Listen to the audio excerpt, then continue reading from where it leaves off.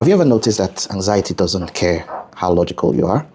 You can tell yourself this isn't a big deal. You can remind yourself that you've handled harder things before. You can go through all the evidence point by point, and somehow your brain still goes, yeah, but what if? If you've ever felt frustrated because you know you're overthinking but can't stop, there's actually a reason for that.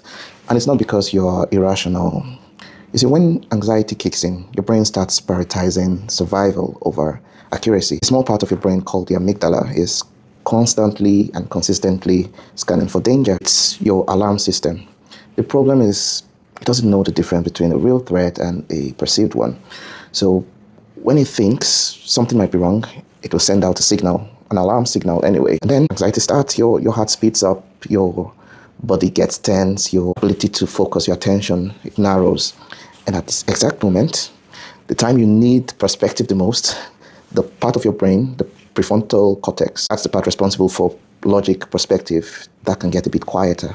It doesn't just stop, it doesn't go offline, it's just hard at that time to access. And that's why you can be sitting there, you know everything is probably okay, but at the same time, you feel like something is terribly wrong. Most people assume that if they think the right way, then that feeling should disappear.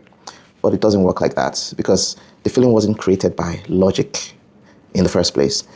And if you're someone who is intelligent, analytical, and constantly trying to figure things out, anxiety can be a problem, right? You don't just worry, you can build a case. Anxiety can make you gather evidence, you run simulations, you prepare for every possible disaster. Your brain becomes very good at explaining why this alarm system going on in your head could be correct, even when it's not. It's not that you're bad at thinking, it's that you're trying to use thinking to solve something that at that point you can't logic your way out of. And that's why one of the most effective things you can do isn't to argue with the anxious thoughts. It's to calm the body first, slow your breathing, exhale, take a walk, ground yourself in what's actually happening right now. And when you start feeling safe again, well, that part of your brain becomes available again. The logic comes back. And that's something a lot of people, I think, need to be aware of and hear. If you've ever felt like, I know better, so why am I still anxious? I see it all the time. See, the answer is simple. Knowledge and nervous system states are not the same thing. You're not failing. You're just experiencing a brain that's trying to protect you. Don't try to win an argument against anxiety.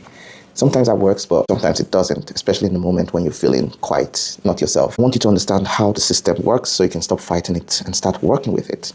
I hope you enjoyed today's topic. I'll see you in the next one. Follow, share for more. Peace.